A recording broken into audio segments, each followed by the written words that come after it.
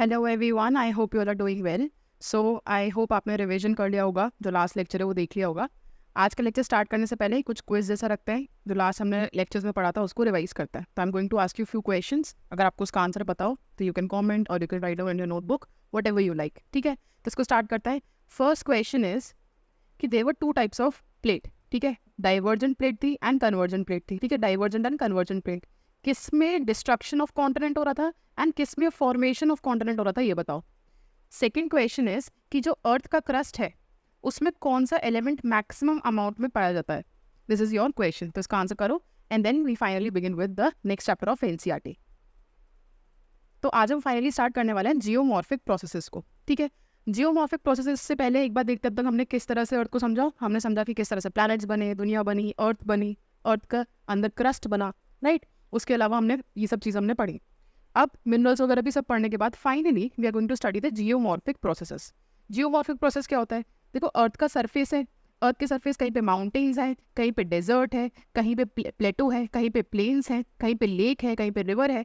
हर जगह हमें अलग अलग लैंडफॉर्म्स देखने को मिलते हैं। तो वो लैंडफॉर्म्स एक्चुअली बने कैसे? क्या जब अर्थ फॉर्म हुई थी तब भी ये लैंडफॉर्म्स थे? बिल्कुल भी नहीं। उस time earth was just simply a sphere. Earth के ऊपर ऐसा कुछ खास था नहीं, राइट। तो पहले ऐसे माउंटेन्स नहीं थे, ऐसे वैलीज नहीं थी। तो ये किस तरह से बना, इसको ही हम बोलते हैं जियोमॉर्फिक प्रोसेसेस। इसको स्टार्ट करने से पहले एक छोटा सा आपको कंसेप्ट समझाती हूँ। अभी जब चंद्रयान हुआ ना, तो इंडिया जब चांद पे पहुंचा तो वी वर एक्सपेक्टिंग कि हम मून की ना जो सॉइल है उसके बारे में पढ़ेंगे। बट जब हम वहाँ पे पहुंचे तो हमें रियलाइज हुआ कि यहाँ तो पत्थर ही पत्थर है, यहाँ तो सॉइल डेवलप ही नहीं हुई है। तो दे वर शॉक्ड कि अर्थ पे तो इतनी सारी सॉइल है, कितनी ह्यूज लेयर ऑफ सॉइल है, बट यहाँ पे तो सॉइल है ही नहीं, यहाँ पे तो रॉक्स ही रॉक्स है। ऐसा क्या हुआ? इसके लिए कंसेप्ट समझना पड़ेगा, दैट इज सॉइल बनता कैसे है। जो रॉक्स होती है ना, बड़ी बड़ी रॉक्स होती है, जब ये छोटे छोटे पार्ट्स में टूट जाती है और टूट टूट के डस्ट जैसे पार्टिकल्स बना लेती है, दैट इज सॉइल। तो सॉइल में दो चीजें होती हैं, एक तो होता है ह्यूमस। ह्यूमस मतलब dead and decade plants and animals. दूसरा पार्ट होता है मिनरल। मिनरल कैसे? मतलब जो रॉक्स को, ये बात सकते हो, रॉक्स को तोड़ तोड़ के जो पाउडर जैसा बन गया ना, दैट इज सॉइल। सिंपल। तो सॉइल किन चीजों से बनी है? एक तो ह्यूमस से, और जो रॉक्स है उसका पाउडर्ड फॉर्म बोल सकते हो, दैट इज रॉक्स का powdered form in mineral form. ठीक है, तो इस तरह से अर्थ पे सॉइल बनी। तो ये सॉइल बनी कैसे? ये बनी with the help of erosion and weathering of rocks. Simple, right. हमारे घर के आसपास हमने प्लांटिंग कर रखी है, हमने गार्डनिंग कर रखी है, तो मिट्टी में ही तो सारे पौधे उगाए हैं। वो सॉइल कैसे बनी? रॉक्स को का over the year, over hundreds and thousands of year जब इरोजन हुआ और वेदरिंग हुई तो छोटे छोटे टुकड़ों में कन्वर्ट होकर क्या बन गई? सॉइल। सिंपल। बट मून पे क्यों नहीं हुआ इरोजन? मून पे इरोजन क्यों नहीं हुआ? मून पे सॉइल क्यों नहीं बनी? क्योंकि ये सब चीजें करने के लिए हमें चाहिए होते हैं एजेंट्स। ठीक है, अब इसके एग्जांपल हम आगे लेटर ऑन पढ़ने वाले हैं। This was just an introduction to the chapter. अब हम लेटर ऑन पढ़ेंगे किस तरह से इरोजन होता है, किस तरह से जियोमॉर्फिक प्रोसेस होती है। सब इजी, बहुत इजी चैप्टर है, रियल लाइफ से रिलेट करोगे, अच्छे से समझ में आ जाएगा। तो इसको हम स्टार्ट करते हैं। ठीक है, तो जियोमॉर्फिक प्रोसेस से पहले देख लेते हैं कि जो अर्थ पे जो भी चेंज आया, पहले जियोमॉर्फिक प्रोसेस क्या है समझते हैं। जियोमॉर्फिक प्रोसेस का मतलब है सिंपल सा कि अर्थ का जो सरफेस है उस पर किसी भी तरह का चेंज आए, या तो उस पर पहाड़ बन जाए, ठीक है, या जो पहाड़ है वो इरोड होकर छोटे छोटे हिल्स बन जाए, या वहां पे वैलीज बन जाए। सरफेस जो है ना, जैसे ही उसमें चेंज आएगा उस प्रोसेस को हम बोलेंगे जियोमॉर्फिक प्रोसेसेस। ठीक है, तो you would like to know the meaning of geomorphic process, the endogenic and exogenic force causing physical stress and chemical action to the earth mineral and bringing about change in the configuration of surface of the earth known as geomorphic processes। तो geomorphic process का मतलब है जो surface है अर्थ का, उसमें कुछ भी चेंज आता है, या तो माउंटेन्स क्रिएट हो जाए, या माउंटेन्स टूट के हिल्स बन जाए, या वैली बन जाए, प्लेन्स बन जाए, प्लेटोज बन जाए, उन सबको हम क्या बोलेंगे? Geomorphic processes. अब जियोमॉर्फिक प्रोसेसेस में हमने दो चीज़ों की बात करी, एंडोजेनिक एंड एक्सोजेनिक फोर्सेस। तो ये कौन से फोर्सेस होते हैं? अब इसको समझो।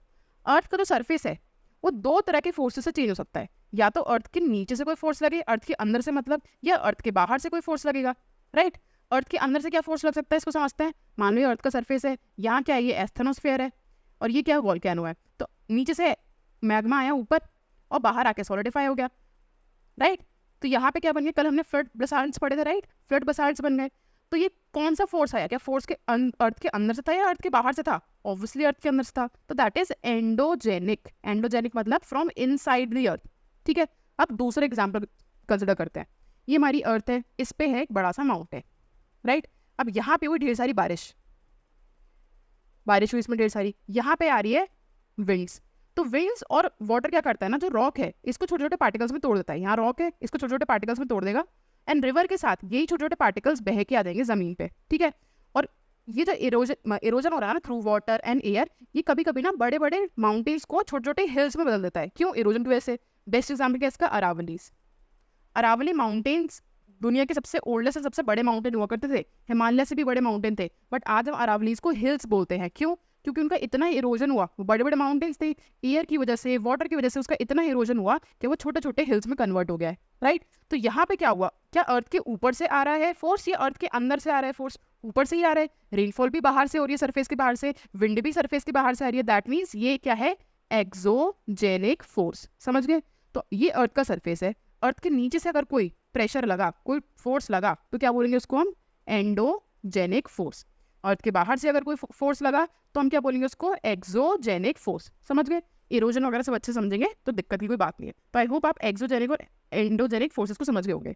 External force is known as exogenic force, internal force is known as endogenic force. Simple. Now the action of exogenic force result in weathering down, that is degradation. क्या होता है? बाहर से एक्सोजेनिक फोर्स लगा, मतलब ये एक पहाड़ है, पहाड़ पे बहुत सारी बारिश हुई, ठीक है, यहाँ से रिवर भी फ्लो हो रही है, यहाँ पे एयर भी आई, ये क्या करेगी? इरोजन करेगी। अब आपको लग रहा होगा कि इतना बड़ा पहाड़ है और पानी और ये सब कैसे इरोजन करता है, तो मैं आपको इसका एग्जांपल देती हूँ। लेट्स इमेजिन ये आपका गार्डन है, ठीक है। अब आंधी आई, तो आंधी क्या करता है? अपने साथ क्या डस्ट के पार्टिकल्स को ले जाता है। तो जो टॉप मोस्ट लेयर होती है ना आपकी गार्डन की, वो इरोड कर सकता है एयर, ठीक है। अब मान लो बारिश हुई, ये आपका यहाँ पेड़ है, यहाँ पे बारिश हुई, तो क्या होगा? जो आपका गार्डन है ना, अब पानी तो बह जाएगा, पानी अपने साथ क्या करेगा? सॉइल को भी लेकर के बह जाएगा। तो बेसिकली जो टॉप मोस्ट लेयर है आपकी गार्डन की, वो इरोड हो जाएगी। ये सेम चीज होती है माउंटेन्स पे भी। भाई माउंटेन्स पे भी तो ऊपर एक सॉइल की भी लेयर है, एंड अगर रॉक भी है तो वो भी हमारी इरोड हो जाती है। तो आई होप आपको इरोजन का मतलब समझ ही गए होंगे, बचपन से तो पढ़ा ही है ना इरोजन क्या होता है। तो इसको ही हम क्या बोलते हैं? डिग्रेडेशन होता है। जब बाहर की जो लेयर है वियर हो जाती है, इरोड हो जाती है, तो उसको क्या बोलते हैं हम? Degradation. Simple. Now the phenomena of wearing down of relief, variation of the surface of earth through erosion is known as gradation. Gradation का मतलब क्या होता है? कि जो ऊपर की जो लेयर है ना, वो इरोड हो गई है। अब इरोड का मतलब आप समझ ही गए होंगे ना, कि ये एक, मान लो ये एक प्लेटफॉर्म जैसा है, ठीक है, ये है 100 मीटर का, 100 मीटर बड़ा है। अब क्या हुआ? रोज इस पर बारिश हो रही है। अब बारिश जब हो रही है, वो मान लो एक एक मॉलिक्यूल को भी डिसॉल्व करके नीचे ले गई, एक एक मॉलिक्यूल को भी डिसॉल्व करके नीचे ले गई, but after thousands of years, ठीक है, क्या होगा? इसकी जो हाइट है ना, वो 1000 मीटर से चेंज होकर जाएगी 100 मीटर से चेंज होकर जाएगी 90 मीटर्स, ठीक है। क्यों? एक एक मॉलिक्यूल करते करते भी अगर हम टॉप मोस्ट लेयर भी हटाते जाएं हर साल, तो कितनी सारी लेयर हट जाएंगी इसकी, राइट। तो ऑल आई मीन टू से इज, इरोजन जब होता है, टॉप मोस्ट लेयर जब हट जाती है, उसको क्या बोलते हैं? हम ग्रेडेशन बोलते हैं। सिंपल। आगे बढ़ते हैं। तो हमने समझ लिया कि अब तक जियोमॉर्फिक प्रोसेसेस क्या होती है। अब आगे बढ़ते हैं। Weathering, mass wasting, erosion, deposition of are exogenic geomorphic processes. मतलब अर्थ का सरफेस है, बाहर से अगर कोई चेंज आ रहा है, बाहर से क्या ही चेंज आएगा? कि बड़े बड़े माउंटेन है, वो इरोड होते होते छोटे छोटे से हो गए, राइट। या फिर मान लो ऊपर से रिवर फ्लो होते आ रही है, रिवर क्या कर रही है? अपने साथ बड़े बड़े पत्थरों को लेकर के आ रही है। कौन से पत्थर लेकर के आ रही है अपने साथ? ये पत्थर तो पहाड़ से ही टूट करके आए हैं ना, तो इरोजन हुआ कि नहीं हुआ? बिल्कुल हुआ। पहाड़ के बड़े बड़े पत्थर के टुकड़े टूट टूट के नीचे आ गए, इसको इरोजन बोलता है। तो जो वेदरिंग होता है, मास वेस्टिंग, इरोजन, ये सब होता है, ये एक्सोजेनिक प्रोसेस है, मतलब सरफेस के बाहर हो रही है। सिंपल। अब देखो, इरोजन करने के लिए ना कि किसी एजेंट की जरूरत है। किसकी जरूरत है? किसी ना किसी एजेंट की जरूरत है। अब वो एजेंट क्या हो सकता है? राइट, एक एजेंट की जरूरत होती है। बेसिकली कुछ भी नुकसान करने के लिए किसी न किसी इंसान की जरूरत पड़ेगी। चोरी करेगा तो कोई इंसान ही करेगा, है ना। डाका डालेगा तो कोई इंसान डालेगा, मर्डर करेगा तो कोई इंसान करेगा। तो यू नीड समबडी। वैसे ही ना इरोजन करने के लिए भी यू नीड समथिंग, आपको किसी एजेंट की जरूरत होती है। वो एजेंट क्या होता है? कभी कभी वाटर होता है, कभी आइस होती है, कभी विंड होती है, राइट। जैसे मैंने आपको एग्जाम्पल देखिए, आपका गार्डन है, आंधी आई, तो आंधी क्या करेगी? एयर आ रही है बहुत प्रेशर से, जो टॉप मोस्ट लेयर है सॉइल की, उसको अपने साथ उड़ा के ले जाएगी, राइट। मान लो आपका गार्डन है, बारिश आई बहुत तेज से, जो टॉप मोस्ट लेयर है आपके गार्डन की, वो पानी में डिजॉल्व होकर पानी उसको बह के ले जाएगा। तो क्या हुआ? वाटर एंड विंड की वजह से, बोथ आर एजेंट। भाई इन दोनों की वजह से तो इरोजन हुआ है। तो जो भी चीज इरोजन करेगी उसको क्या बोलेंगे हम? एजेंट। समझ गए? तो एजेंट क्या हो गया? जैसे वाटर हो गया, आइस हो गया, विंड हो गया। सिंपल। आगे बढ़ता है। An agent is mobile medium like running water, moving ice, masses, wind, wave and currents which removes, transport and deposit earth material, running water, underground water, glacier, wind, wave, current, etc. They can be called geomorphic agent. Basically कोई भी चीज, कोई भी move होती हुई चीज, moving water, moving ice, moving glacier बोल सकते हैं, ठीक है, फिर मूविंग विंड, ये जो भी मूव करती हुई चीजें हैं, जो भी इरोजन लेकर के आ रही है, उसको बोलेंगे जियोमॉर्फिक एजेंट। जियोमॉर्फिक क्यों बोला हमने? जियोमॉर्फिक का मतलब क्या था? सिंपल सा अर्थ की सरफेस में चेंज आने को बोलते हैं जियोमॉर्फिक प्रोसेसेस। तो इरोजन होगा तो सीधी सी बात है क्या होगा, अर्थ की लेयर में चेंज आएगा, है कि नहीं, कुछ तो चेंज आएगा। और यही एजेंट्स क्या कर रहे हैं, चेंज लेकर के आ रहे हैं, और इनको ही हम क्या बोलेंगे, जियोमॉर्फिक एजेंट्स। सिंपल, आगे बढ़ता है। अब देखो जो भी इरोजन हमने देखा ना, जियोमॉर्फिक प्रोसेस देखी, उसमें एक बहुत बड़ा रोल होता है ग्रेविटी का। कैसे, इसका एग्जाम्पल देती हूँ आपको। मान लो ये पहाड़ है, ठीक है, ये एक पहाड़ है, एंड यहाँ पे ये है मिट्टी की लेयर, राइट, और यहाँ बहुत तेज बारिश हो रही है, ठीक है। तो यहाँ पानी इकट्ठा हुआ, अभी कहाँ फ्लो होगा, नीचे की तरफ फ्लो होगा। क्यों फ्लो होगा नीचे की तरफ, कभी सोचा है? Because of gravity. अगर ये एक पीस ऑफ लैंड है, ये पीस ऑफ लैंड है, खुला मैदान एकदम सीधा, यहाँ बारिश आई तो पानी यहाँ पे भी तो इकट्ठा हो सकता है। जैसे हमारे शहरों में क्या होता है, पानी इकट्ठा हो जाता है, कहीं बहता तो है नहीं, क्योंकि बिल्कुल प्लेन है, कहाँ जाएगा पानी, ठीक है। यहाँ क्या है, पानी नीचे की तरफ आ रहा है, स्लोप की वजह से आ रहा है। जहाँ पे भी स्लोप होता है ना, वहाँ ग्रेविटी का रोल होता ही होता है। बेसिकली ग्रेविटी की वजह से तो ये नीचे आ रहा है, वरना ऊपर के ऊपर ही रहता अगर ग्रेविटी नहीं होती तो, है ना। तो यहाँ पे क्या हो रहा है, gravity is also playing a very important role in geomorphic processes, ठीक है। तो ग्रेविटी का भी बहुत इंपॉर्टेंट रोल होता है। डाउन स्लोप मूवमेंट होता है ना, उसमें it is going to play a very important role. All movement इधर within the earth or the surface of the earth occur due to gradient from higher level to lower level, from high pressure to lower pressure। एक बात समझो, gradient का मतलब क्या होता है? जब भी कहीं पे ग्रेडियंट दिख जाए ना, इसका मतलब है डिफरेंस, कहीं ना कहीं का डिफरेंस है। हमने जैसे हम मान के चलता है ग्रेडियंट में प्रेशर ग्रेडियंट कंसिडर करते हैं, तो प्रेशर ग्रेडियंट का मतलब क्या होता है, प्रेशर का डिफरेंस। ये ए जगह है, ठीक है, ये बी जगह है, यहाँ पे प्रेशर है मान लो x, यहाँ पे प्रेशर है y। अगर मुझे a और b के बीच का प्रेशर ग्रेडियंट निकालना है तो मैं क्या करूंगी, y माइनस एक्स कर दूंगी, ठीक है। मान लो टेम्परेचर ग्रेडियंट क्या हो जाएगा, ये जगह है a, ये जगह है b, यहाँ का टेम्परेचर है x, यहाँ का टेम्परेचर है y, तो प्रेशर में टेम्परेचर में क्या होगा, y माइनस एक्स, इसका टेम्परेचर ग्रेडियंट हो जाएगा बेसिकली। तो ग्रेडियंट का मतलब क्या होता है, डिफरेंस क्या है। तो यहाँ पे क्या बोल रहे हैं कि जब भी कोई मूवमेंट हो रहा है उसमें ग्रेडियंट की जरूरत होती है, कुछ ना कुछ डिफरेंस होना चाहिए, या तो high pressure to low pressure जाएगा, या फिर high level to low level जाएगा। ये यहाँ पे माउंटेन पे क्या हुआ, ये हाई लेवल है, ये लो लेवल है ना, तो यहाँ से यहाँ चला गया, सिंपल। उसी तरह से प्रेशर ग्रेडियंट इज ऑल्सो एक एग्जाम्पल। कैसे, इसको हम आगे पढ़ेंगे। जो विंड्स होती है ना, विंड्स वो हमेशा मूव करती है हाई प्रेशर से लेकर के लो प्रेशर, हमेशा याद रखना, ठीक है। हाई प्रेशर से लो प्रेशर विंड्स मूव करती है। तो यहाँ पे भी क्या क्रिएट हो गया, प्रेशर ग्रेडियंट हुआ कि नहीं हुआ, बिल्कुल हुआ। अगर मान लो यहाँ एक जगह है ए, एक जगह है बी, यहाँ पे हम प्रेशर मान के चलते हैं 10 यूनिट्स, यहाँ पे भी प्रेशर है 10 यूनिट, तो क्या विंड ब्लो करेगी, क्या विंड घूमेगी, बिल्कुल भी नहीं घूमेगी। बट मान लो ए पे है 100 एंड बी पे है 10, तो क्या होगा, प्रेशर मूव फ्रॉम हाई, मतलब wind move from high pressure to low pressure, right. तो विंड यहाँ पे 100 से चली जाएगी टुवर्ड्स 10, सिंपल। तो यहाँ पे क्या है, हमने देखा प्रेशर ग्रेडियंट।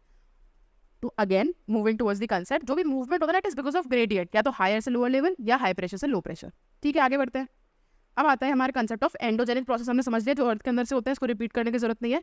अब एंडोजेनिक प्रोसेस होते क्यों है, अर्थ के अंदर से प्रोसेस क्या क्या आ रहा है, देखो ये हमारा अर्थ का सरफेस है, नीचे से क्या वो मैग्मा ने प्रेशर लगाया और वो बाहर निकल गया, और उसने क्या बना लिया, या तो वॉल्केनो के फॉर्म से बाहर आ जाएगा, या फ्लड बसाल्ट बना लेगा, या फिर ओशन के अंदर है तो क्या बना लेगा, डीप ओशनिक ट्रेंचेस, राइट, यही हमने पढ़ा था। तो इसमें क्यों हो रहा है, क्यों आ रहा है अंदर से प्रेशर, कौन कौन सा प्रेशर है। एक तो रेडियो एक्टिविटी की वजह से, एस्ट्रोस्फीयर में मैंने आपको पढ़ाया था, रोटेशन की वजह से अर्थ मूव कर रही है उसकी वजह से भी प्रेशर आता है, एंड टाइडल फ्रिक्शन भी होता है। टाइडल फोर्सेस हम आगे पढ़ेंगे, उसके लिए कोई डरने की बात नहीं है। फिर आता है प्री मॉर्टल हीट। प्री मॉर्टल हीट का मतलब क्या है, अर्थ के अंदर एक हीट है, वो हीट ऊपर तक जा रही है। हमने क्या पढ़ा था एस्ट्रोस्फीयर में, दो टाइप की हीट होती है, एक तो हीट हमारी होती है from deep inside the surface of earth, दूसरी होती है रेडियो एक्टिविटी की वजह से। तो ये ही तो हीट है जो एक्चुअली वोल्केनोस को क्रिएट कर रही है, डीप ओशनिक ट्रेंचेस को क्रिएट कर रही है, right, sorry deep oceanic ridges को क्रिएट कर रही है, राइट। तो ये ही कुछ फैक्टर्स हैं जो एक्चुअली एंडोजेनिक प्रोसेस को लेकर के आ रहे हैं। अब यहाँ पे देखो बहुत इंपॉर्टेंट कंसेप्ट है, that is geothermal gradient. Geothermal gradient क्या है, इसको समझते हैं बहुत अच्छे से। ये है हमारी अर्थ, यहाँ पे टेम्परेचर है मान लो 100 डिग्री सेल्सियस का, ठीक है, सरफेस पे टेम्परेचर है मान लो 20 डिग्री सेल्सियस का, सिंपल। अब क्या हुआ, यहाँ पे जो भी वॉल्केनो के अंदर का जो मैग्मा है वो बाहर आने की कोशिश करेगा। क्यों बाहर आ रहा है, टेम्परेचर ग्रेडियंट है यहाँ पे। अच्छा, अब ये अर्थ से रिलेटेड है तो हमने इसको क्या बोला, जियोथर्मल ग्रेडियंट बोल दिया, ठीक है। तो यहाँ पे थर्मल बेसिकली टेम्परेचर डिफरेंस भी तो आ रहा है, हमने क्या बोला था, डिफरेंस आना चाहिए, कोई ना कोई ग्रेडियंट होगा। तो अगर आपसे पूछते हैं क्वेश्चन कि व्हाट इज एंडोजेनिक प्रोसेस में कौन सा ग्रेडियंट आता है, क्या प्रेशर ग्रेडियंट है, क्या टेम्परेचर ग्रेडियंट है, यहाँ पे जियोथर्मल ग्रेडियंट है, थर्मल का मतलब ही टेम्परेचर होता है, ठीक है। आगे बढ़ता है। अब आता है डायस्ट्रोफिज्म। डायस्ट्रोफिज्म का मतलब होता है जब भी जो अर्थ का ऊपर वाली पार्ट है ना वो क्रिएट होगी, ठीक है, या तो उसमें फोल्ड आएंगे, या उसमें या बोल सकते हो कि उसमें बिल्डिंग होगा, एलिवेशन होगा, उसको हम बोलते हैं diastrophism. All process that move, elevate और build up the portion of earth crust comes under diastrophism. Basically जो अर्थ की सरफेस है, ठीक है, अर्थ की सरफेस या तो मूव कर जाए, एक जगह से दूसरी जगह चली जाए, या एलिवेट हो जाए, या उसमें बिल्डअप हो जाए। जैसे हमने फोल्ड माउंटेन्स देखे थे, हिमालयस जैसे बनता है, उसको हम क्या बोलेंगे, डायस्ट्रॉफिज्म। सिंपल। अब इसमें कुछ कुछ इंपॉर्टेंट चीजें इंक्लूडेड होती है, जैसे orogenic processes, epeirogenic processes, earthquake end plate tectonic. तो प्लेट टेक्टोनिक हम कल समझ चुके अच्छे से, अर्थक्वेक भी हम समझ चुके। अब समझते हैं ओरोजेनिक एंड एपिरोजेनिक में मतलब डिफरेंस क्या होता है। देखो, जब भी अर्थ की सरफेस पे कुछ भी ऐसा हो कि माउंटेन्स बन जाए, कुछ भी ऐसा हो, इधर से प्रेशर आ रहा है, इधर से प्रेशर आ रहा है, जैसे हिमालयस में आ रहे थे, उसको बोलते हैं ओरोजेनिक। ओरो का मतलब ही क्या है, माउंटेन। लिख लो ब्रैकेट में, ओरो का मतलब क्या है, माउंटेन। सिंपल।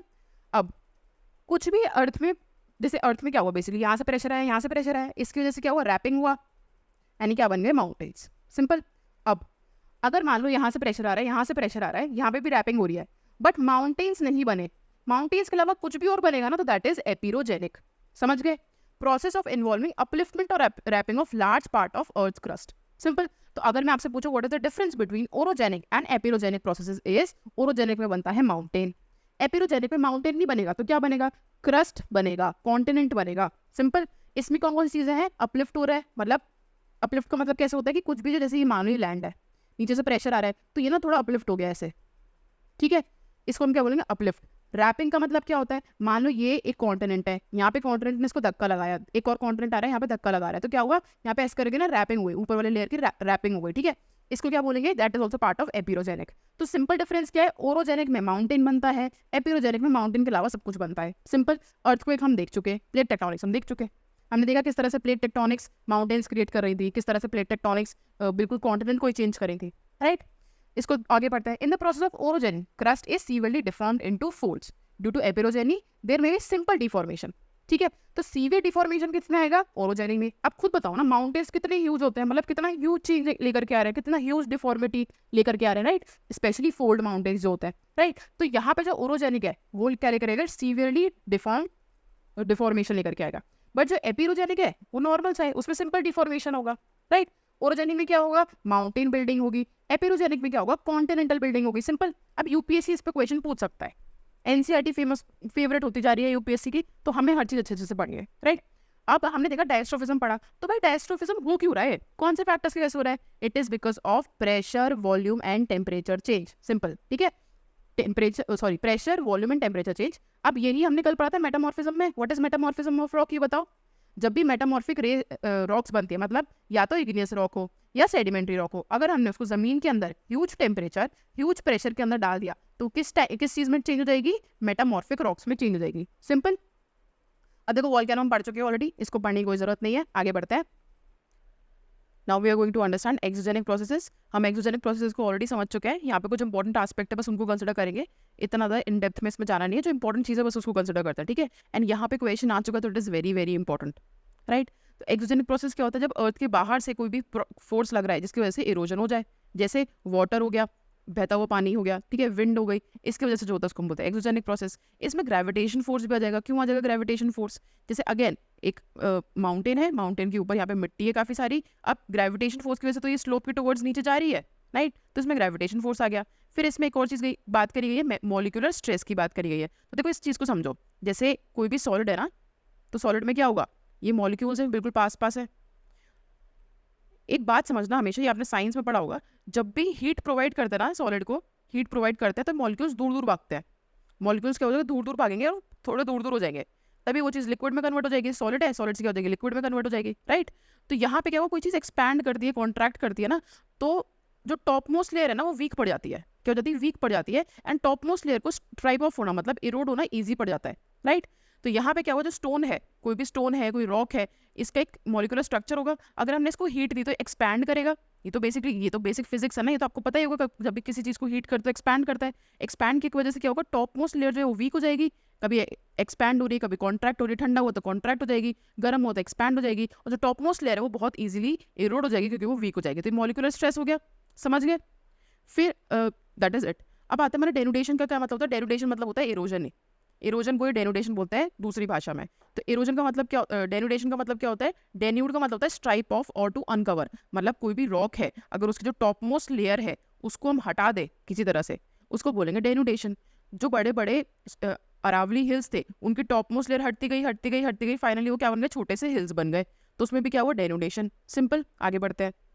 अब देखो यहाँ पे इंपॉर्टेंट एस्पेक्ट क्या है हमारा, डेनुडेशन प्रोसेसेस का। एक तो है वेदरिंग। वेदरिंग आप मतलब समझ गए कि टॉप मोस्ट लेयर जब हटती है उसको वेदरिंग बोलते हैं। तो यहाँ पे एक इंपॉर्टेंट एस्पेक्ट है, वेदरिंग यूजुअली ना वेदर के एलिमेंट्स से ही होती है, जैसे एयर हो गया, वाटर हो गया, रेनफॉल हो गया, ठीक है, विंड्स हो गई, ठीक है, इनकी वजह से ही होता है। अब इसमें ड्राइविंग फोर्स कौन से, फोर्सेस कौन कौन से, ग्रेविटेशनल फोर्स अभी हमने देखा, मॉलिक्यूलर स्ट्रेस हमने देखा, केमिकल एक्शन हम आगे देखेंगे। मास मूवमेंट का मतलब क्या होता है, जब बहुत ह्यूज अमाउंट में मास मूव कर जाता है, जैसे लैंडस्लाइड हो गई, जैसे एवलांचेस हो गए। तो लैंडस्लाइड में क्या हुआ, बहुत ह्यूज अमाउंट में क्या हुआ, सॉइल मूव करती है सरफेस के ऊपर से, सॉरी स्लोप के ऊपर से लेकर के नीचे तक। एवलांचेस में क्या होता है, माउंटेन के ऊपर से ग्लेशियर नीचे तक गिर जाते हैं, या बर्फ के बड़े बड़े टुकड़े नीचे गिर जाते हैं। तो उसमें क्या यूज हो रहा है, ग्रेविटेशन फोर्स यूज हो रहा है। भाई स्लोप है ना, तो नीचे के टुवर्ड्स ग्रेविटेशन फोर्स है। इरोजन एंड ट्रांसपोर्टेशन में क्या यूज हो रहा है, काइनेटिक एनर्जी हो रही है। हमने इरोजन में क्या देखा था, हमें चाहिए कि विंड जो है या वाटर जो है या आइस जो है वो मूविंग होनी चाहिए। अभी हमने डिस्कस किया था मूविंग, जहां पे भी मूवमेंट होता है ना, that is kinetic energy. Simple, आगे बढ़ते हैं। अब इसमें कुछ इंपॉर्टेंट एस्पेक्ट हम कंसिडर करेंगे, वेदरिंग सबसे पहले, ठीक है। तो वेदरिंग का मतलब क्या है, weathering is defined as mechanical disintegration and chemical decomposition of rocks through action of various elements of weather and climate. जैसे मैंने आपको बताया कि वेदरिंग में क्या हो रहा है, एक मैकेनिकल डिसइंटीग्रेशन हो रहा है, केमिकल डिकम्पोजिशन हो रहा है रॉक का through various elements of weather and climate. Weather and climate के काफी सारे एलिमेंट्स हैं, जैसे वाटर हो गया, जैसे एसिड रेन हो सकती है, जैसे हम ये बोल सकते हैं विंड हो सकती है, ठीक है, आइस मूवमेंट हो सकता है। तो ये सब वेदर और क्लाइमेट के ही तो एजेंट है। इनकी वजह से अगर जो टॉप मोस्ट लेयर है वो इरोड होती है तो उसको क्या बोलेंगे हम, वेदरिंग। सिंपल, कंफ्यूज नहीं होना है, बेसिकली छोटे छोटे से डेफिनेशन है, समझ लो। अब क्या होगा, अब हमने बात करा मैकेनिकल डिसइंटीग्रेशन भी होता है, केमिकल डिकम्पोजिशन भी होता है। अब ये क्या होता है mechanical disintegration and chemical decomposition, इसको हम अच्छे समझेंगे, ठीक है। तो 3 टाइप की वेदरिंग होती है, कौन सा, chemical, physical and biological. Chemical का मतलब क्या है, जब भी कोई केमिकल रिएक्शन हो, मतलब मान लो इरोजन हो रहा है बिकॉज ऑफ सम एसिड, ठीक है। एसिड क्या करता है, इरोड कर देता है चीजों को, ऊपर की जो लेयर उसको वीक करके अपने ना डिसॉल्व करके नीचे ले जाता है, ठीक है। मान लो ये बड़ा सा स्टोन है, एसिड रेन आई, अब इसमें एसिड है, एसिड क्या करेगा, टॉप मोस्ट लेयर को डिसॉल्व करेगा और बह जाएगा नीचे की तरफ पानी के साथ, एंड यहाँ पे क्या हो गया, इरोजन होगा। जो पहले रॉक ऐसी दिखती थी, यहाँ पे आई एसिड रेन, अब वो ऐसी दिखेगी, छोटी सी दिखेगी, और ये वाला पार्ट उसका पूरा इरोड हो जाएगा। सिंपल। फिजिकल में क्या हो रहा है, फिजिकल में कोई केमिकल रिएक्शन नहीं हो रहा है, फिजिकल में कोई केमिकल रिएक्शन नहीं होगा, केवल फिजिकल फोर्स होगा। जैसे मान लो एक माउंटेन है, ठीक है, ये माउंटेन है, ऊपर से रिवर आ रही है, रिवर ने क्या किया अपने साथ, रिवर में भी अच्छी खासी काइनेटिक एनर्जी है, राइट। रिवर ने क्या किया अपने साथ बड़े बड़े पत्थरों को तोड़ दिया, इस पहाड़ में से बड़े बड़े पत्थरों को तोड़ दिया। कभी देखना जहाँ रिवर जस्ट स्टार्ट होती है ना, वहाँ बहुत बड़े बड़े पत्थर होते हैं जब रिवर जस्ट स्टार्ट होती है। कभी ऋषिकेश में ऊपर के साइड जाना, थोड़ा Tapovan side, you will see जैसे रिवर जा रही है तो ह्यूज इतने बड़े बड़े पत्थर हैं आसपास, ठीक है। और यही इलाहाबाद एरिया में आपको नहीं दिखेंगे, ठीक है। तो यहाँ पे क्या हुआ है, हमें एक फिजिकल एलिमेंट आया, इसको हम रीड करने वाले हैं, अभी मैं बस समझा रही हूँ। बायोलॉजिकल में क्या होगा, ऑर्गेनिक मैटर इन्वॉल्व हो जाएगा, जैसे प्लांट्स की वजह से इरोजन होगा, ठीक है, ह्यूमन बींग्स की वजह से इरोजन होगा, इंसेक्ट्स की वजह से इरोजन होगा, सब समझेंगे हम इसको डिटेल में। सबसे पहले हम केमिकल वेदरिंग समझते हैं। तो केमिकल वेदरिंग में बहुत सारे टाइप है, सोल्यूशन है, कार्बोनेशन है, हाइड्रेशन है, ऑक्सीडेशन रिडक्शन है, सबको समझते हैं अच्छे से। सबसे पहले आता है सोल्यूशन। सोल्यूशन में क्या होता है, जब भी कोई चीज या तो वाटर में या एसिड में क्या होती है, डिसॉल्व हो रही होती है, उसको हम क्या बोलते हैं, सोल्यूशन। अच्छा, इसमें ना कंफ्यूज मत करना, कोई भी चीज सोल्यूशन का भी पार्ट हो सकती है, कार्बोनेशन का भी पार्ट हो सकती है, हाइड्रेशन का भी पार्ट हो सकती है, और ऑक्सीडेशन का भी पार्ट हो सकती है। मतलब at the same time it can be part of both solution and carbonation and hydration, ठीक है। तो इसे कंफ्यूज मत होना कि इसकी एग्जैक्ट डेफिनेशन क्या है या इसकी एग्जैक्ट डेफिनेशन क्या है। तो सोल्यूशन में क्या हो रहा है, सोल्यूशन में बेसिकली कोई भी चीज, कोई भी मिनरल डिसॉल्व हो रहा है किसमें, वाटर या एसिड में। सिंपल, डिसॉल्व हो रहा है वाटर या एसिड में। तो बेसिकली मान लो एक मिनरल है, इसके ऊपर हमने पानी डाला या इसके ऊपर हमने एसिड रेन डाली और ये डिसॉल्व हो रहा है, इसको हम क्या बोलेंगे, सोल्यूशन। सिंपल। तो यहाँ पे क्या है, सॉल्युबिलिटी डिपेंड करती है। जैसे there are several types of mineral, आपने चौक देखी है, जिस चौक से हम ब्लैक बोर्ड पे लिखते थे ना बचपन में, वैसे ही एक स्टोन होता है जिसको टैल्क बोलते हैं, ठीक है। या फिर एक और स्टोन होता है, सैंड स्टोन होता है। ये 2 सैंड स्टोन होते हैं, टैल्क होता है। ये ना बहुत इजीली पानी में डिसॉल्व हो जाता है, बहुत इजीली डिसॉल्व। चौक तो आपने देखी होगी कैसे डिसॉल्व होती है, उसी तरह से सैंड स्टोन एंड टैल्क भी बहुत इजीली डिसॉल्व हो जाता है पानी में। तो इसको क्या बोलेंगे हम, सॉल्युबिलिटी। इसकी सॉल्युबिलिटी ज्यादा है। अब मान लो कोई बहुत हार्ड पत्थर, डायमंड है, क्या डायमंड डिसॉल्व हो सकता है पानी में, you really think so, no it can't, right. तो सॉल्युबिलिटी मिनरल पे डिपेंड करता है। अब इसमें भी कुछ मिनरल्स के एग्जांपल रखेंगे, सॉल्युबल रॉक के एग्जांपल्स क्या हैं, जैसे nitrate, sulphate and potassium, right. इसका एक और एग्जांपल है, जैसे calcium carbonate and calcium magnesium bicarbonate है, ठीक है। ये क्या होता है, ये सॉल्युबल हो जाता है वाटर में। अब इसमें क्या वाटर भी होना चाहिए एंड कार्बोनिक एसिड भी होना चाहिए। हमने क्या बात करी थी यहाँ पे कि वाटर या एसिड, तो ये जो मिनरल्स है ना, calcium carbonate and calcium magnesium bicarbonate, ये किस में डिजोल्व हो रहा है, वाटर एंड कार्बोनिक एसिड के मिक्सचर में। सिंपल। ऐसे एक और एग्जांपल देते हैं, सॉल्ट हो गया, सोडियम क्लोराइड, जो हम नमक खाते हैं, ठीक है, वो भी कहाँ से आ रहा है नमक, इसकी भी तो मिनरल्स है ना, इसकी भी तो रॉक्स है, समुद्र से भी आ रहा है नो डाउट, बट रॉक से भी तो आता है। सेंधा नमक क्या होता है, रॉक से आ रहा है, ठीक है। वो किस में डिजोल्व, क्या वो पानी में डिजोल्व हो सकता है, डेफिनेटली हो सकता है। सेंधा नमक अब से हम खाना बनाते हैं, उसको पानी में तो डिजोल्व करते ही है ना। तो मैं आपको एग्जांपल्स दे रही हूँ। सॉल्युबिलिटी के एग्जांपल क्या है, nitrate, sulphate, potassium, calcium carbonate, calcium magnesium bicarbonate and sodium chloride. Simple. आगे बढ़ते हैं। अब आता है कार्बोनेशन। कार्बोनेशन में क्या होता है, कार्बोनेशन एक रिएक्शन होती है कार्बोनेट एंड बाइकार्बोनेट की। किसकी, कार्बोनेट एंड बाइकार्बोनेट की। अब इसको पढ़ते हैं, एक इसको पढ़ते हैं फिर इसको समझेंगे। तो इसमें क्या हो रहा है, breaking down of feldspar, feldspar एक मिनरल था, हमने पढ़ा था, and carbonate mineral, carbon dioxide from atmosphere and soil air is absorbed by water to form carbonic acid that act as weak acid. Calcium carbonate and magnesium carbonates are dissolved in carbonic acid and are removed in a solution. अब basically क्या हो रहा है, carbonate and bicarbonate के case में पानी that is water and carbon dioxide मिलके बना रहे हैं कार्बोनिक एसिड। क्या बना रहे हैं मिलके, कार्बोनिक एसिड। तो लिख सकते हो यहाँ पे कि कार्बन डाइऑक्साइड है, वाटर है, मिलके क्या बना रहे हैं, कार्बोनिक एसिड। इस कार्बोनिक एसिड में ना कुछ रॉक्स डिसॉल्व हो रही हैं, ठीक है, जैसे calcium carbonate and magnesium carbonate, ये डिसॉल्व हो रहा है सोल्यूशन के थ्रू एंड क्या बना रहा है, केव्स बना रहा है। अब आप बोलोगे ये चीज तो सोल्यूशन में भी थी, तो हाँ ये सोल्यूशन में भी थी, ठीक है। इसीलिए मैंने बोला कि one thing can be part of two different aspect. आप ये भी मान सकते हो कि हमने इसमें सोल्यूशन का एक और सब टाइप दे दिया, दैट इज कार्बोनेशन। सिंपल। आगे बढ़ते हैं। अब आता है हाइड्रेशन। हाइड्रेशन में अब आपके दिमाग में क्या क्या, हाइड्रेशन है मतलब वाटर में डिसॉल्व हो रहा होगा, ऐसा नहीं है। केमिकल लेवल पे जब वाटर ऐड होता है ना, उसको बोलते हैं हाइड्रेशन। सोल्यूशन में क्या था भाई, पानी है, वाटर है, उसमें हमने NaCl नमक को ऐड कर दिया, दैट इज सोल्यूशन। यहाँ पे क्या है, जो NaCl है ना, अब मैं NaCl का एग्जांपल नहीं दूंगी, कोई भी कंपोनेंट अगर XYZ, उसके मॉलिक्यूलर लेवल पे H2O ऐड हो जाएगा। मतलब अगर आप उसको माइक्रोस्कोप में उसका स्ट्रक्चर देखोगे ना, तो उसमें आपको एक H2O का एलिमेंट दिखेगा ऐड होके। एक बात बताओ, अगर वाटर को और NaCl को आपने ऐड किया, तो क्या वाटर इसके मॉलिक्यूल्स के अंदर घुस जाएगा, अंदर तो नहीं घुसेगा ना, तो जो मॉलिक्यूलर कॉम्पोजिशन है उसके अंदर थोड़ी ना घुसेगा। NaCl will be NaCl only, उसमें डॉट H2O थोड़ी ना आएगा। ये थोड़ा आई नो थोड़ा साइंस वाला कंसेप्ट है, बट अभी इसको रट लो, बस इतना समझ लेना कि मॉलिक्यूलर लेवल पे हाइड्रेशन में H2O ऐड हो जाता है। इसको ऐसे समझो, मान लो कोई भी कॉम्पोनेंट है वो X और Y मॉलिक्यूल से बना है, ठीक है, तो X उसमें है और Y है। अगर आप उसको माइक्रोस्कोप पे देखो तो आपको XY करके ऐसे आपको चीज दिखेंगी। बट अगर इसका हाइड्रेशन हो चुका है ना, तो इसमें क्या होगा, आपको दिखेगा XY.H2O माइक्रोस्कोप के अंदर, XY.H2O मतलब एक हाइड्रोजन, एक वाटर का मॉलिक्यूल उसमें ऐड हो चुका होगा एट मॉलिक्यूलर लेवल। सिंपल। इसका बेस्ट एग्जाम्पल क्या है, जिप्सम, जो POP हम यूज करते हैं ना, प्लास्टर ऑफ पेरिस, उसका बेस्ट, ये इसका बेस्ट एग्जांपल है, ठीक है। तो जो प्लास्टर ऑफ पेरिस होता है, जिप्सम होता है, उसमें क्या होता है, कैल्शियम सल्फेट यूज होता है। तो कैल्शियम सल्फेट को अगर आप मॉलिक्यूलर लेवल पर देखोगे तो उसमें H2O ऐड हो चुका होता है। सिंपल। आगे बढ़ते हैं।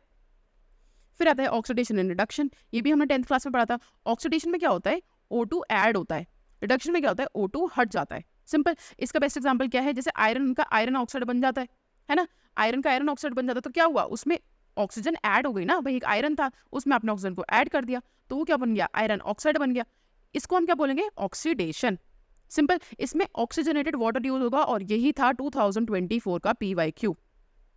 This is the reason why I am saying कि आपको अच्छे से NCERT पढ़नी है, right, it is right in front of you, क्यों हमें एक एक लाइन से क्वेश्चंस बन रहे हैं, ठीक है। तो इसमें क्या होता है, मिनरल्स जो होते हैं उनका ऑक्सीडेशन हो जाता है, जैसे आयरन है, मैग्नीशियम है, सल्फेट है, इसमें केमिकली ऑक्सीजन इनके मॉलिक्यूलर लेवल पे इस पे ऐड हो जाती है, राइट। इसका बेस्ट एग्जांपल क्या है, हमारा आयरन ऑक्साइड। आगे बढ़ते हैं।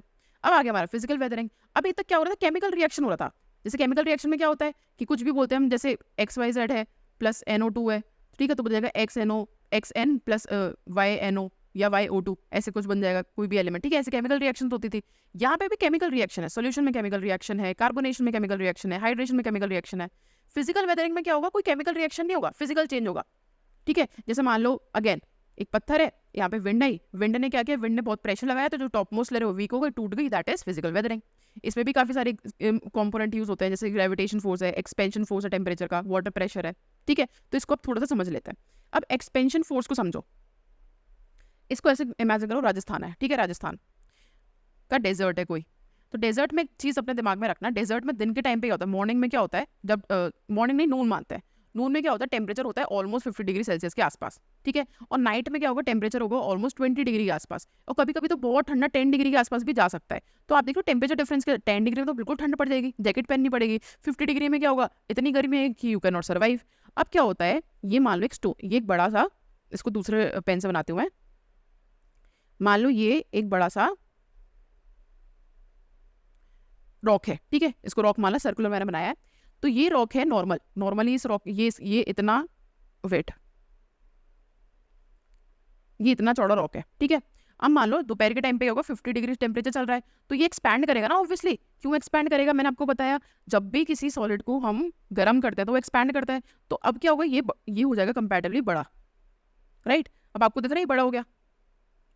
अब क्या हुआ, रात हो गई, रात को टेम्परेचर हो गया मान लो 10 डिग्री सेल्सियस।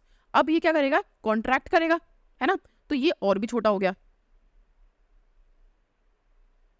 तो क्या आप डिफरेंस देख पा रहे हो, नॉर्मली इसका ये साइज था, जब बहुत गर्मी हुई तो इसका ये साइज हो गया, जब ठंड हुई तो इसका साइज कम हो गया। हालांकि वो बहुत माइक्रोस्कोपिक, मतलब मिलीमीटर के लेवल पे होगा, बट मैं आपको डायग्राम में अच्छे से दिखा रही हूँ, राइट। अब एक बात बताओ, कोई सॉलिड है, कोई स्टोन है, वो ना सुबह तो इतना बड़ा हो जाता है, शाम के टाइम पे, रात के टाइम पे वो कॉन्ट्रैक्ट हो जाता है, दिन के टाइम पे एक्सपैंड हो रहा है, फिर कॉन्ट्रैक्ट हो रहा है। तो जो उसकी टॉप मोस्ट लेयर है ना, ये जो बाहर बाहर वाली लेयर है, क्या ये वीक नहीं पड़ जाएगी, डेफिनेटली वीक पड़ जाएगी। भाई किसी चीज को बार बार खींचो और फिर से कॉन्ट्रैक्ट करो, फिर खींचो कॉन्ट्रैक्ट करो, तो वीक ही होना है ना। पेपर लो, कोई भी पेपर लो, उसको क्रम्बल करो, फिर उसको वापस प्लेन कर दो, फिर क्रम्बल कर दो, फिर प्लेन कर दो, तो फटा हुआ से सही हो जाएगा ना वो। तो इसीलिए क्या होता है, टॉप मोस्ट लेयर होता है ना, ये इसकी हो जाएगी वीक, और ये इरोड होना शुरू हो जाएगी बहुत इजीली। अब डेजर्ट में क्या हो रहा है, पूरे दिन विंड चल रही है, ये विंड क्या करेगी, बहुत इजीली इस पार्ट को इरोड कर देगी। ये होता है हमारा एक्सपेंशन वाला फोर्स, समझ गए। वाटर प्रेशर में भी क्या होता है, इसको देखना कभी, लेट्स इमेजिन कोई भी, अगर आपने हैंडपम्प में कुछ देखा हो ना, तो हैंडपम्प में एक चीज नोटिस करना है, अगर मान लो यहाँ पे ऐसे हैंडपम्प है, तो जहाँ पे पानी गिरता है ना, जहाँ पे पानी गिरता है वहाँ गड्ढा हो जाता है ओवर ईयर्स, ओवर 10-20 ईयर्स आपको दिखेगा यहाँ पे गड्ढा हो चुका है। क्यों, पानी जब गिरता है ना, एक एक बूंद की जो पानी की होती है ना, वो इरोड करती है, एक एक मॉलिक्यूल पे इरोड होगा ना, तो आफ्टर पैसेज ऑफ टाइम वहाँ पे ऐसे गड्ढा क्रिएट हो जाएगा। क्यों, इरोजन हो गया। पहले इट वाज लाइक दिस, ये प्लेन था, अब वो कैसे बन गया है, ऐसा बन गया। क्यों, यहाँ पे ये जो पोर्शन है इसका इरोजन हो गया, तो ये वाटर प्रेशर हो गया। अब आगे एक और चीज, अलग अलग चीज़ों को पढ़ता है। अब जैसे अनलोडिंग एंड एक्सपेंशन है, ठीक है। अनलोडिंग एंड एक्सपेंशन में क्या होता है, एक मान लो बहुत बड़ी सी रॉक है, ये एक रॉक है, ठीक है, ये रॉक है,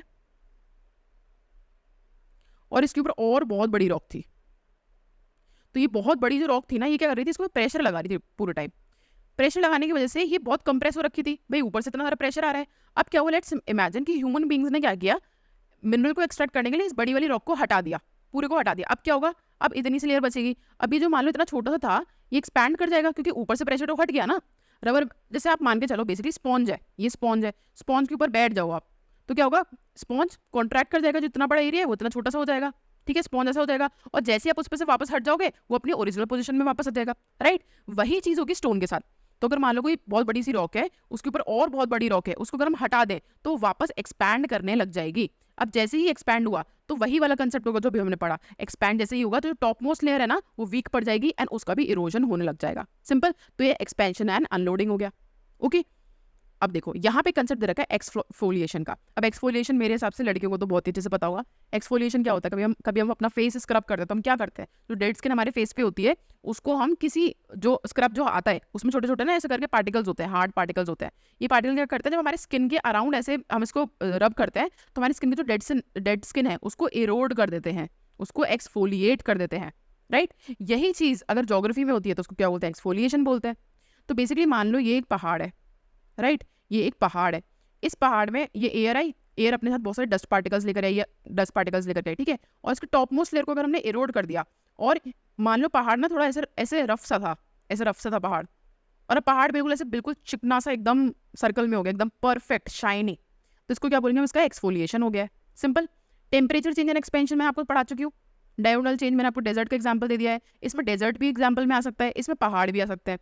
पहाड़ में क्या होता है ना, देखो पहाड़ बहुत हाइट पर होता है, तो सनलाइट यहाँ पे बहुत जल्दी आ जाती है, तो ये अच्छे से जल्दी से हीट अप हो जाता है ये पूरा एरिया, राइट। बट क्या होता है, रात को जैसे ही सन सेट होता है तो टेम्परेचर बहुत ज़्यादा डिक्रीज हो जाता है यहाँ पे, राइट। तो यहाँ पे भी क्या डायगोनल रेंज बहुत है। डायगोनल रेंज का मतलब क्या होता है, सुबह और शाम जो टेम्परेचर है उसमें जो डिफरेंस होता है that is diagonal range. Maximum and minimum temperature का जो डिफरेंस है दैट इज डायगोनल रेंज। तो जो डायगोनल रेंज है वो काफी ज्यादा होती है, माउंटेन्स पे भी होती है, डेजर्ट पे भी होती है। इसीलिए यहाँ पे क्या होता है, कभी टेम्परेचर बहुत ज्यादा है, कभी टेम्परेचर बहुत कम है, तो यहाँ पे क्या हो जाएगा, हमारा एक्सफोलिएशन हो जाएगा और हमारा वेदरिंग हो जाएगी। सिंपल। आगे बढ़ते हैं। फिर आता है फ्रीजिंग, थॉविंग एंड फ्रॉस्ट वेजिंग। इसको थोड़ा अच्छे से समझते हैं, इसको मैं एक्सप्लेन करती हूँ विद डायग्राम। सी, मान लो ये एक रॉक है। अब इसको माइक्रोस्कोपिक लेवल पे हम देखते हैं, ठीक है। माइक्रोस्कोप से हम इसको बिल्कुल छोटा छोटा करके देख रहे हैं। तो हमने देखा बिल्कुल इसको माइक्रोस्कोप से जूम करके कि ये एक रॉक थी और इस रॉक में ना छोटे छोटे ऐसे क्रैक्स बने हुए हैं। इस तरह से क्या इसमें क्रैक्स बने हुए हैं। सिंपल। अब क्या होगा, क्रैक्स में क्या होगा, रात को या सुबह के टाइम में इसमें पानी, इस तरह से पानी जो है, पानी की छोटी छोटी बूंदें इसमें आ जाएंगी, छोटे छोटे पानी के मॉलिक्यूल्स आ जाएंगे इसमें, राइट। अब क्या हुआ, लेट्स इमेजिन रात को टेम्परेचर इज -20 डिग्री सेल्सियस। तो ये जो वाटर मॉलिक्यूल है क्या बन जाएगी, आइस बन जाएगी। आपको पता है ना, जब भी वाटर का आइस बनता है तो वो आइस एक्सपैंड करती है। आज अपने घर पे एक्सपेरिमेंट करके देखना, एक ग्लास पानी लेना, एक ग्लास लेना, इसको बिल्कुल टॉप तक एकदम पानी से भर देना, बिल्कुल टॉप तक, कि इसमें एक बूंद एक्स्ट्रा डालने की गुंजाइश ना हो, और उसको डाल देना फ्रीजर में, ठीक है। यू विल सी कि अगले दिन जो बर्फ जमेगी ना वो थोड़ी ऐसी होगी, मतलब थोड़े ऊपर तक आ चुकी होगी बर्फ। क्यों? क्योंकि पानी एक्सपैंड करता है जब वो फ्रीज होता है। तो क्या होगा, रात को -20 डिग्री टेम्परेचर में क्या होगा, ये आइस जो है, ये पानी जो है, ये जम जाएगा। अब पानी जब जमेगा तो वॉल पे प्रेशर डालेगा इधर से उधर, यहाँ पे प्रेशर डालेगा इधर और इधर, राइट, प्रेशर डालेगा। तो ये जो क्रैक्स है ना, ये और डीप हो जाएंगे। क्यों? क्योंकि जो वाटर जैसे आइस में कन्वर्ट हुआ ना, प्रेशर डालना शुरू करेगा। भाई सीधी सी बात है, ये छोटा सा क्रैक है, अब इसमें पानी भरा हुआ है, अब पानी एक्सपैंड कर रहा है, तो वॉल जो है उस पर प्रेशर डालेगा और जो क्रैक है वो डीप हो जाएंगे। तो अगर मान लो 100 साल बाद मैं इस जो रॉक है इसको वापस देखूं, तो what it will look like, it will look like this. And इसमें जो क्रैक्स हैं वो काफी डीप हो चुके होंगे, ठीक है। अब मान लो इतने क्रैक्स डीप हो चुके हैं, अब यहाँ पे आई हवा या यहाँ पे आया वाटर, तो ये क्या करेगा, बहुत इजीली इसको एरोड कर देगा, क्योंकि ये तो वीक हो गया। भाई दो रॉक्स है आपके पास, एक है ये रॉक जिसमें बिल्कुल क्रैक नहीं है, एक है ये रॉक जिसमें क्रैक्स बने हुए हैं। कौन सी रॉक इजीली टूट जाएगी, जिसमें क्रैक्स बने हुए हैं। तो इसको हम क्या बोलते हैं, फ्रीजिंग एंड थ्रॉविंग। समझ गए, इसको भी समझ लेते हैं, फ्रीजिंग एंड थ्रॉविंग। सिंपल। तो rapid freezing of water cause it sudden expansion and high pressure, ठीक है। तो जैसे पानी फ्रीज हुआ क्रैक्स के बीच में, तो क्या होगा, इसमें एक्सपेंशन होगा। Expansion affects joint cracks small granular fractures to become wider and wider till the rock break apart. Simple. अब आता है सॉल्ट वेदरिंग। अब सॉल्ट वेदरिंग में भी कुछ नहीं है, जो रॉक्स होती है ना, ये रॉक है मान लो, तो इसमें भी सॉल्ट होगा, ये भी सॉल्ट की बनी हुई रॉक होगी। जैसे मैंने सेंधा नमक बोला, रॉक सॉल्ट क्या होती है, व्हाट इज रॉक सॉल्ट, जिसको पिंक सॉल्ट या रॉक सॉल्ट बोलते हैं। भाई वो भी तो कोई मिनरल सॉल्ट ही है ना, जिसको आपने छोटा छोटा तोड़ के उसका नमक बना के कंज्यूमिंग इट, राइट। तो ये क्या है, ये भी तो कोई नॉर्मल सॉलिड ही है। तो जिस तरह से मैंने आपको एग्जाम्पल दिया था कि डेजर्ट में क्या होता है, जो रॉक है वो एक्सपैंड करेगी सुबह के टाइम पे, ठीक है, और रात के टाइम पे क्या करेगी, कॉन्ट्रैक्ट करेगी। वही होता है सॉल्ट वेदरिंग में। सुबह के टाइम पे हाई टेम्परेचर पे क्या होगा, ये एक्सपेंशन होगा इसका, एंड रात के टाइम पे क्या होगा, इसका कॉन्ट्रैक्शन होगा। इसकी वजह से ये ऑलरेडी वीक सी रॉक है, राइट। क्योंकि अब खुद सोचो ना, एक रॉक है जिसको आप तोड़ के नमक बना के खाने में डाल रहे हो, मतलब वो कितनी सॉफ्ट रॉक होगी। तो ये सोचो कि कितना ज्यादा एक्सपेंशन एंड कॉन्ट्रैक्शन की वजह से कितना इजीली उसमें क्रैक आएगा, कितनी इजीली उसकी वेदरिंग हो जाएगी। That is known as salt weathering. Simple. आगे बढ़ते हैं। अब आता है बायोलॉजिकल एक्टिविटी एंड वेदरिंग। इसमें कुछ एग्जाम्पल्स दे रखे हैं, जैसे ये सॉइल है, ठीक है। अब इसमें क्या होगा, इसमें रह रहा है अर्थवॉर्म। अर्थवॉर्म क्या करता है ना, ऐसे इस तरह के ना अपने बिल जैसे बरो करके अपने बिल्स बना के रहता है, इस तरह से अपने बिल्स बना लेता है, राइट। तो बिल्स भी क्या है, काइंड ऑफ क्रैक ही तो हो गए, these are crack as well. And earthworm क्या कर रहा है, मिट्टी खाता है और फिर उसको एक्सक्रीट कर देता है यहाँ पे। तो बेसिकली टॉस एंड टर्न हो रहा है। टॉस एंड टर्न की वजह से क्या हो रहा है, हमारा एरोजन हो रहा है, वेदरिंग हो रही है बेसिकली। समझ गए। ह्यूमन बींग्स क्या कर रहे हैं, ह्यूमन बींग्स तो पहाड़ के पहाड़ खा जाते हैं। मतलब I would suggest you sometimes go visit Rajasthan. Rajasthan में इतने बड़े बड़े पहाड़, अरावली हिल्स को ह्यूमन बींग्स यूं ही खा गए, खत्म कर दिए, पूरे पूरे पहाड़ खत्म कर दिए, जो इतने ह्यूज पहाड़ थे। क्यों? क्योंकि उसमें मिनरल एक्सट्रैक्शन करना है। तो ह्यूमन बींग्स ने भी क्या किया, कल्टिवेशन किया, एक्सट्रैक्शन किया, ठीक है। इन सब की वजह से क्या हुआ, इरोजन हुआ। अब ह्यूमन बींग्स मान लो ये एक लैंड है, खेती बाड़ी कर रहे हैं, तो कभी सुना है गुड़ाई होती है, जिसको प्लाउइंग कहते हैं। तो जो टॉप मोस्ट लेयर होती है ना, उसको टॉस एंड टर्न करते हैं, उछालते हैं, फिर उसको खोदते हैं, फिर उसमें फर्टिलाइजर मिक्स करते हैं। तो क्या हो रहा है, that is also erosion, right. Human beings पेड़ भी काट रहे हैं। पेड़ काटने की वजह से क्या होता है, देखो ये पेड़ है मान लो, इसकी जड़ें हैं, ठीक, इसकी जड़ें, तो इसकी जो जड़ें हैं ना, ये मिट्टी को पकड़ के बैठी हुई है। जैसे ये मान के चलो, जैसे हमारी मुट्ठी होती है ना, उसी तरह से इन्होंने ना जकड़ लिया है मिट्टी को, सॉइल को जकड़ के बैठे हुए हैं, राइट। तो जब भी एयर आएगी ना, तो सॉइल हिलेगी नहीं। बट आपने क्या किया, पेड़ों को काट दिया। अब क्या हुआ, सिंपल लैंड बचा। अब यहाँ पे आई एयर, एक तो एयर की स्पीड ज़्यादा हो जाएगी क्योंकि कोई पेड़ इसको रोकने के लिए नहीं है, और जो टॉप मोस्ट लेयर है वो भी ईजिली इरोड हो जाएगी। सिंपल। फिर आते हैं एक और एग्जाम्पल दिया है इसमें प्लांट रूट्स का। ये मान लो एक स्टोन है या कोई रॉक है। कभी देखा है आपने पीपल के पत्ते हमारे छतों पे भी उग जाते हैं, पीपल के छोटे छोटे प्लांट्स उग जाते हैं। कभी अगर देखा हो तो ये बोल सकते हो कि सीमेंट जो होता है ना, सीमेंट में क्रैक हो गई पे तो वहाँ पे छोटी छोटी घास उग जाती है कि नहीं? तो क्या होता है, कहीं पे भी किसी भी रॉक पे भी ना प्लांट उग सकता है। अब प्लांट जैसे ही बड़ा होगा ना धीरे धीरे, ये प्लांट है, मान लो ये कोई रॉक है, इसमें छोटा सा प्लांट ग्रो हुआ। अब क्या हुआ, इसकी रूट्स निकलेंगे। ये जो रूट्स है ना ये प्रेशर लगाएंगे इस रॉक पे, और इस प्रेशर लगाने की वजह से जो रॉक है वो वीक हो जाएगी, and over hundreds of year वो रॉक टूटने लगी है, उसका इरोजन हो जाएगा। सिंपल। तो ये कुछ एग्जाम्पल हो गए इसके। एक्सफोलिएशन में आपको बता ही चुकी हूँ, जिसमें टॉप मोस्ट लेयर जो होती है वो हमारी शेड ऑफ हो जाती है। अब आता है हमारा सिग्निफिकेंस क्या है वेदरिंग का। इसमें देखो ये फालतू बकवास दे रखी है, कुछ पढ़ने की जरूरत नहीं है, बस मैं आपको समझा दूं कि वेदरिंग की इंपॉर्टेंस क्या है। देखो वेदरिंग हो रही है ना, उसकी वजह से तो सॉइल बन रही है। अगर वेदरिंग नहीं होती तो क्या होता, जैसे मैंने आपको बताया था शुरू में, जो मून था, मून पे तो सॉइल ही नहीं है, वही हालत हमारी होती है कि नहीं?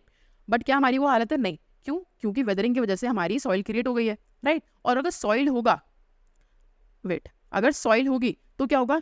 एग्रीकल्चर होगा।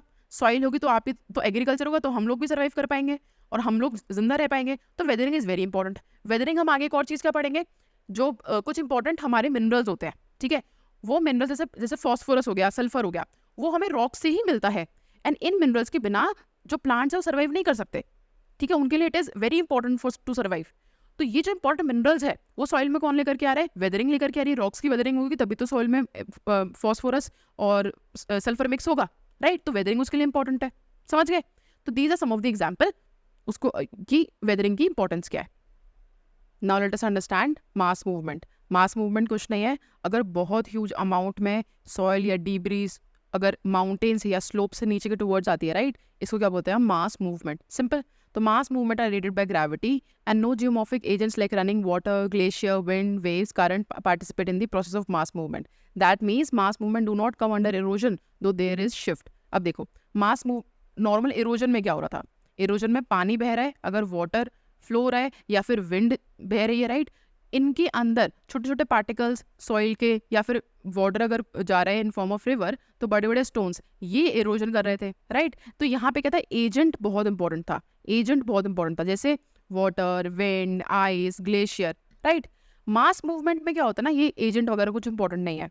मास मूवमेंट में इंपॉर्टेंट है ग्रेविटी। तो हमेशा याद रखना, मास मूवमेंट हो रहा है बिकॉज ऑफ ग्रेविटी, एजेंट की वजह से नहीं हो रहा। ये एक पहाड़ है, पहाड़ पे से मिट्टी नीचे की तरफ आ रही है। क्यों आ रही है? क्या वाटर की वजह से आ रही है?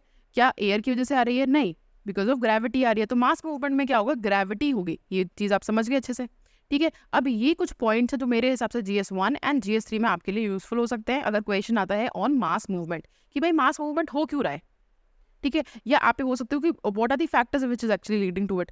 सिंपल सा स्टैटिक बेस्ड क्वेश्चन है, और GS3 में आप इसको यूटिलाइज कर सकते हो in disaster management as well. Simple. तो several activities cause mass movement, ठीक है? कुछ रीजन है जिनकी वजह से मास मूवमेंट हो रहा है, जैसे removal of support from below to the material above through natural और आर्टिफिशियल मीन्स। अभी पहाड़ है, ठीक है? पहाड़ में क्या हुआ? आपने पेड़ काट दिए, या फिर क्या हुआ? जो सॉइल है उसका इरोजन कुछ ज्यादा ही हो गया, जो टॉप मोस्ट लेयर है वो अपने आप नीचे आ जाएगी। तो क्या हुआ? नीचे जो सपोर्ट था, पहले एक रॉक थी पूरी स्ट्रॉन्ग थी, अब क्या हुआ? जो टॉप मोस्ट लेयर है वो वीक हो गई, तो नीचे से सपोर्ट तो नहीं मिल रहा ना उतना, तो क्या हुआ? यहाँ पे इरोजन होने लग गया। फिर और आर्टिफिशियल मीन क्या हो जाएगा? मान लो ये एक पहाड़ है, बहुत स्ट्रॉन्ग सा पहाड़ है, हमने क्या किया? यहाँ पे ना एक डैम बना दिया, इस एरिया पे एक डैम बना दिया। तो अब जो स्ट्रॉन्ग सपोर्ट दे रहा था ये पूरा का पूरा पहाड़, क्या वो स्ट्रॉन्ग सपोर्ट दे पाएगा? नहीं दे पाएगा, वीक हो जाएगा। तो यहाँ पे क्या हो जाएगा? मास मूवमेंट, लैंडस्लाइड वगैरह हो सकती है। Increase in gradient and high slope, जितना ज्यादा स्लोप होगा ना उतना ज्यादा गिरने के चांसेस है, राइट? अब मान लो एक ऐसा हिल है और एक हिल है ऐसा, आप बताओ किसमें लैंडस्लाइड ज्यादा होगी? क्या इसमें लैंडस्लाइड ज्यादा होगी या इसमें लैंडस्लाइड ज्यादा होगी? ऑब्वियसली सेकंड वाले केस में ज्यादा होगी। क्यों? स्लोप ज्यादा है, ग्रेडियंट ज्यादा है, ठीक है? समझ गए? Then overloading through addition of material naturally और बाय आर्टिफिशियल। मान लो क्या होता है, जैसे मान लो ये एक पहाड़ है, यहाँ पे बादल है, एंड बहुत अचानक से फ्लैश फ्लड हो गई, मतलब बहुत ज्यादा पानी आ गया, तो एडिशनल मटेरियल हो गया काफी ज्यादा। तो क्या होगा? वो एडिशनल मटेरियल ट्रिगर कर देगा किसको? एवलांचेस को ट्रिगर कर सकता है या फिर लैंडस्लाइड को ट्रिगर कर सकता है, बेसिकली मास मूवमेंट को। सिंपल। इसमें भाई overloading due to heavy rainfall is example of it. Then the removal of material और load from over original slope. ये भी वही एग्जाम्पल है, मान लो ये पहाड़ है, यहाँ पे हमने क्या किया, डैम बना दिया, तो जो हमने इतना सारा पार्ट अगर हटा दिया तो ये जो पार्ट है, ये जो मैंने डॉट डॉट जहाँ पे बनाया है, ये वीक पड़ जाएगा और ये पूरा क्या होगा हमारा, ये पूरा लैंडस्लाइड हो जाएगा। अगर आपने बेसिकली ये पहाड़ है इतना सा इसमें से काट दिया तो ये पूरा का पूरा लैंडस्लाइड से नीचे आ जाएगा। Simple. Then occurrence of earthquake and explosion और मशीनरी। अब क्या करते हैं, पहाड़ होता है, ठीक है, ये पहाड़ को अगर हमें तोड़ना है तो क्या करते हैं, यहाँ पे या यहाँ पे एक्सप्लोजन करते हैं और पूरा का पूरा पहाड़ नीचे गिर जाता है, तो मास मूवमेंट हो गया। अब ये हो गया। फिर अर्थक्वेक में भी पहाड़ों पे से लैंडस्लाइड होती है, हर साल आपको उत्तराखंड में देखने को ही मिलेगा, या फिर सबसे बेस्ट एग्जांपल इसका नेपाल है, नेपाल में चीज़ देखने को मिलती है, right. Then excessive natural seepage. Natural seepage का मतलब क्या होता है, बहुत ज़्यादा पानी जो है अगर वो अंदर चला गया, जैसे पहाड़ भी किसके बने हो, पहाड़ के ऊपर एक बहुत मोटी लेयर मिट्टी की है, राइट, मानो बहुत ज़्यादा बारिश हुई, अब ये जो सॉइल थी ना उसने इतना सारा पानी एब्जॉर्ब कर लिया कि वो बिल्कुल लिक्विड जैसी हो गई, तो नीचे बहने लग जाएगी because of gravity. Simple. Then heavy down drawn of water from lakes and reservoir. अब इसमें भी क्या है, अगेन बहुत लेक्स एंड रिजर्वायर में भी अच्छा खासा पानी होता है, कभी कभी ना लेक्स में उसको होल्ड नहीं कर पाते, रिजर्वायर होल्ड नहीं कर पाते पानी को, उससे पानी नीचे गिरने लग जाता है एंड लैंडस्लाइड हो जाती है। सिंपल। उसके अलावा क्या है, अगेन आपने नेचुरल वेजिटेशन को ही हटा दिया।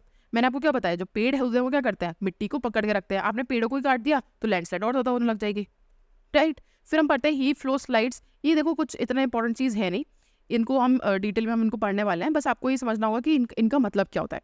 तो फ्लो का मतलब क्या है, जब भी कोई भी मटीरियल पहाड़ों पे से नीचे के टुवर्ड्स आएगा एंड उसमें वाटर का अमाउंट ज़्यादा है एंड स्पीड बहुत ज़्यादा है, तो उसको बोलेंगे फ्लो।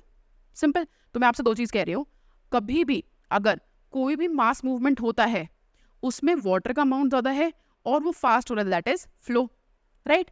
अब मान लो कोई भी मास मूवमेंट हो रहा है बहुत धीरे धीरे आराम से, that is known as heave. Okay. अब मान लो कोई भी मास मूवमेंट हो रहा है ड्राई, मतलब उसमें वाटर नहीं है, दैट इज स्लाइड। ठीक है, इतना समझ गए। हीव में स्लो है, फ्लो में क्या है, वेट एंड फास्ट है, एंड स्लाइड में ड्राई है। इसकी कुछ कुछ एग्जाम्पल है, इनको हम डिटेल में अभी पढ़ते हैं।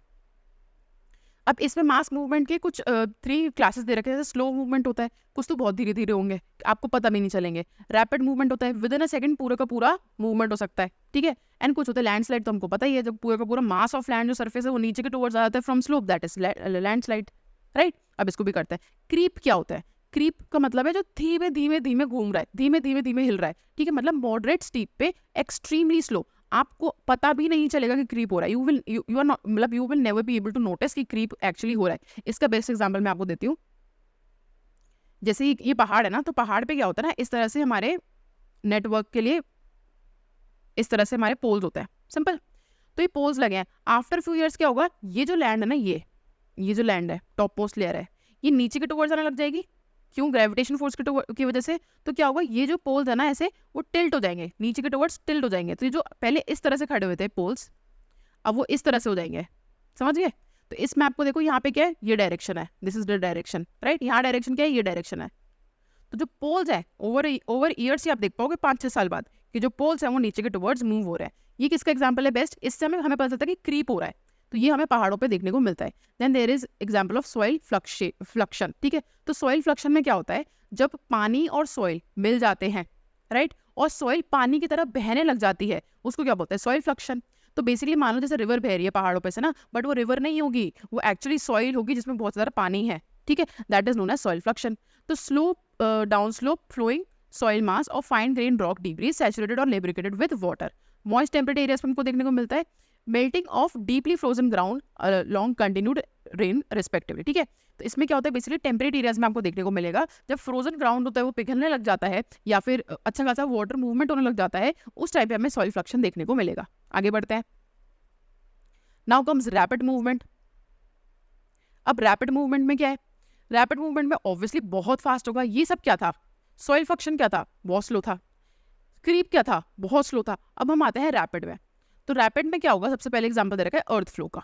अर्थ फ्लो में क्या है, इसको भी रीड आउट करते हैं। ह्यूमिड क्लाइमेटिक रीजन में हमको देखने को मिलेगा। इसमें क्या होता है, वाटर सेचुरेटेड क्ले और सिल्ट जो मटेरियल होता है वो लो एंगल याद रखना, लो एंगल पे नीचे के टुवर्ड्स आने लग जाता है, that is earth flow. Basically ये एक हिल है, बहुत स्टीप नहीं है।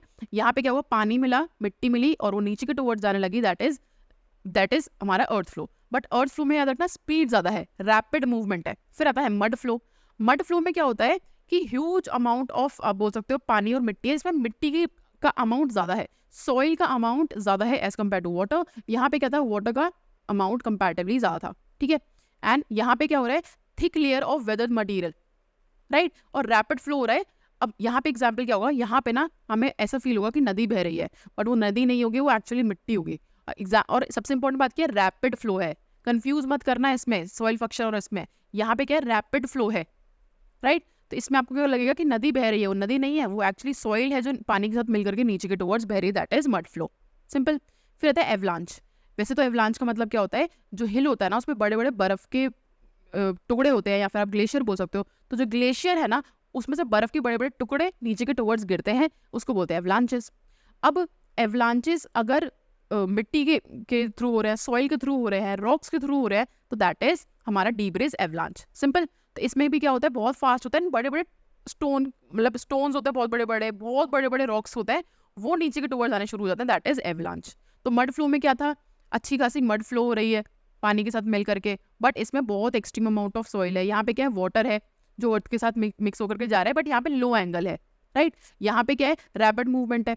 फिर एवलांचेस में क्या है, बड़े बड़े स्टोन के रॉक्स के टुकड़े नीचे गिर रहे हैं, सिंपल। लैंडस्लाइड देखो हमको पता ही है, लैंडस्लाइड में क्या होता है बेसिकली, बहुत जैसे ये एक पहाड़ है, तो यहाँ का ह्यूज अमाउंट ऑफ जो एरिया है, top most layer, huge amount of area है, पूरा का पूरा नीचे के टुवर्ड्स चला जाएगा, लैंडस्लाइड होने लग जाएगी। और इसमें बेसिकली जो टॉप मोस्ट लेयर है ना, उसकी लेयर नीचे की तरफ गिरेगी, समझ गए। हिमालय में तो देखने को मिलती है, कभी कंफ्यूजन हो तो आप अपने उसमें भी सर्च कर सकते हो, मतलब यूट्यूब पे वीडियो का भी सर्च करना है इसके, ठीक है। तो उस वीडियो में आपको समझ में आएगा कि किस तरह से ऐसा एक्चुअली में होता है।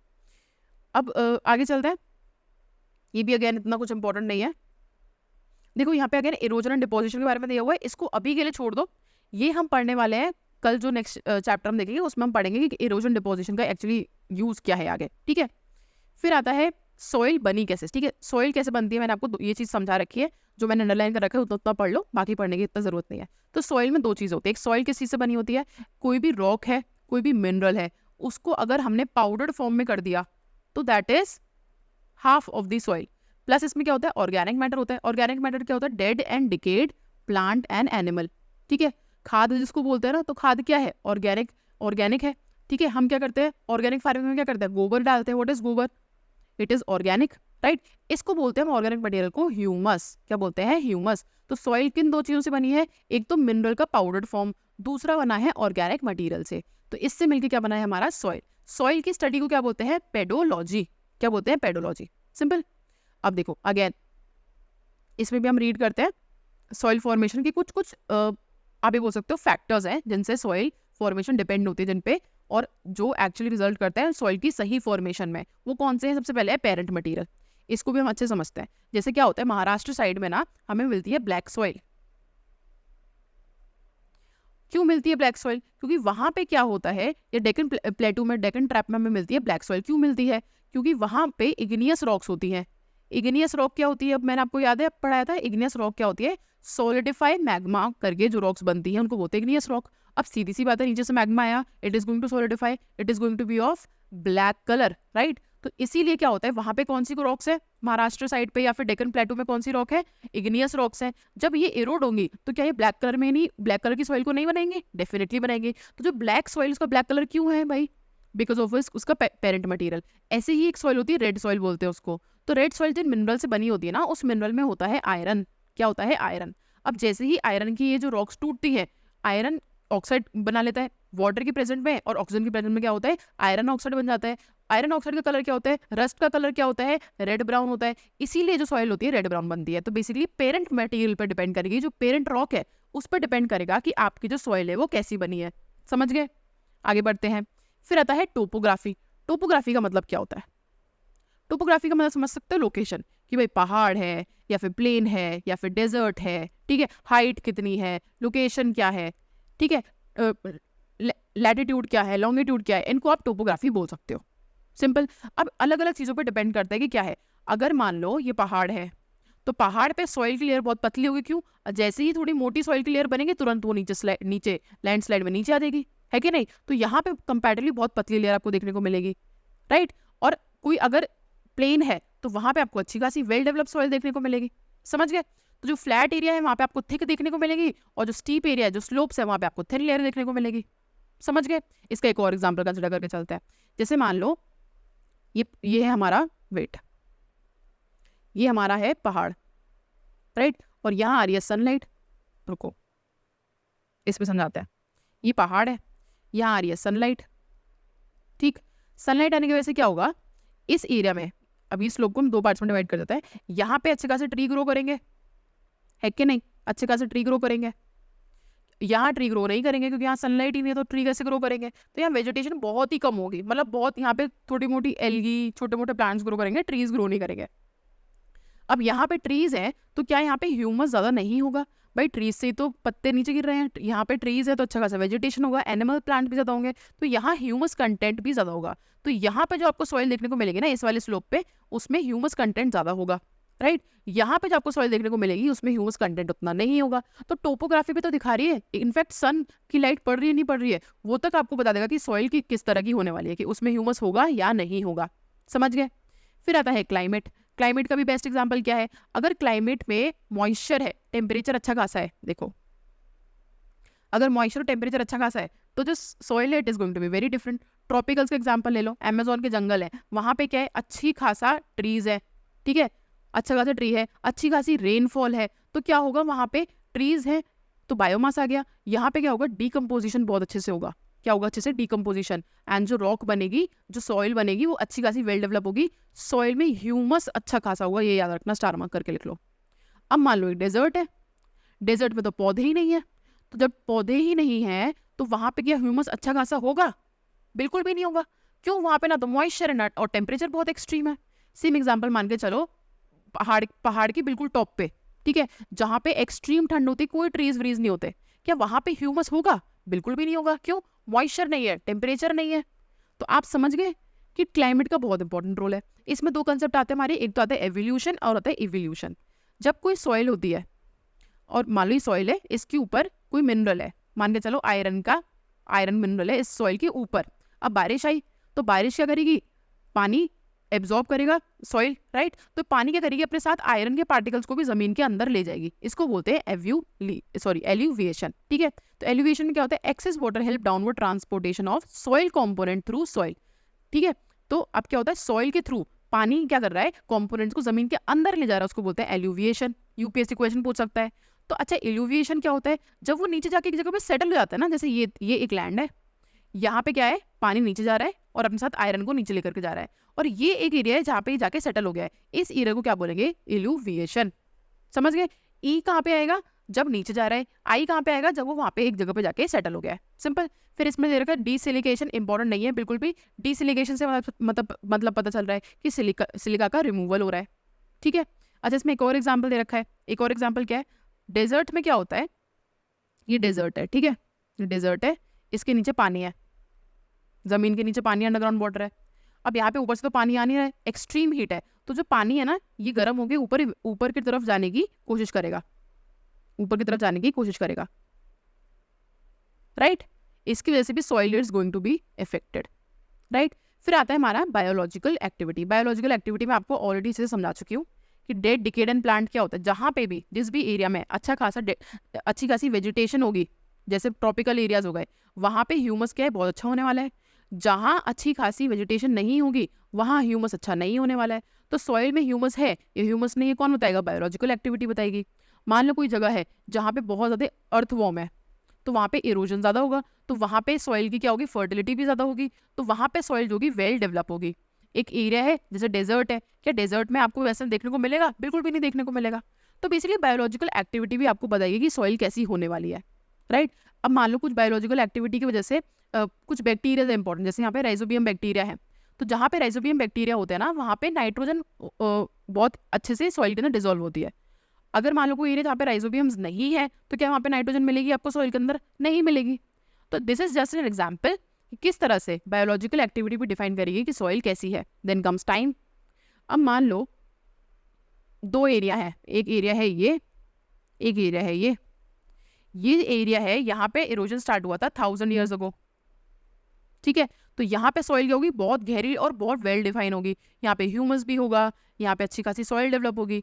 और ये एक रॉक है, इसका इरोजन स्टार्ट हुआ है आज, आज के आज स्टार्ट हुआ है, तो क्या इसमें सॉइल का फॉर्मेशन होगा? होगा तो बहुत कम होगा, मे बी 1 सेंटीमीटर की सॉइल बनेगी, ठीक है, केवल 1 सेंटीमीटर की। यहाँ क्या है, यहाँ 100 मीटर की सॉइल बनी हुई है। क्यों? क्योंकि 1000 साल पहले इसका इरोजन स्टार्ट हो गया था।